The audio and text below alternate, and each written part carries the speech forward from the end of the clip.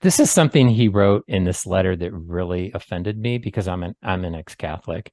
And this is like classic cult gaslighting, really bad. There is simply never a good reason to leave the church. Never.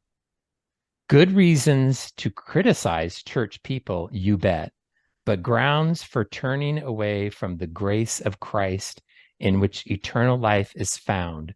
No, never under any circumstances. What the? Well, also, then why does he keep talking about we have a great reason to hope hell is empty? Like, Would you he's say that to a woman that's beaten in a marriage? There is never a good reason to leave this marriage. Let him beat you to death.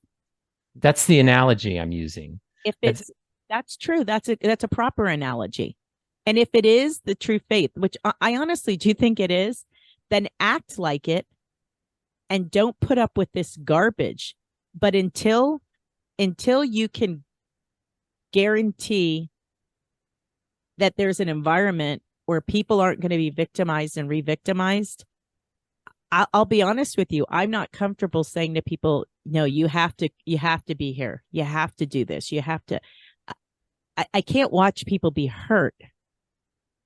Thank you. Well, Like, you have a conscience and you're not a psychopath.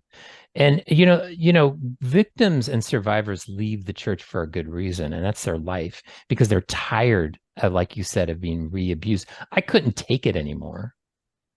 The constant gaslighting and the constant lying, telling me that I'm crazy.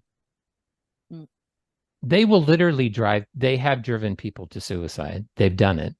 Survivors kill themselves all the time. I mean, I'm in a survivors group and they kill themselves. And a lot of it just has to do with not so much the original abuse, but the treatment inside the church afterwards, especially if they come forward. Forget it. no. And he's saying you can't leave, you cannot leave. And I don't like him equating, because I've heard this before. If you leave the Catholic Church, you're leaving Christ.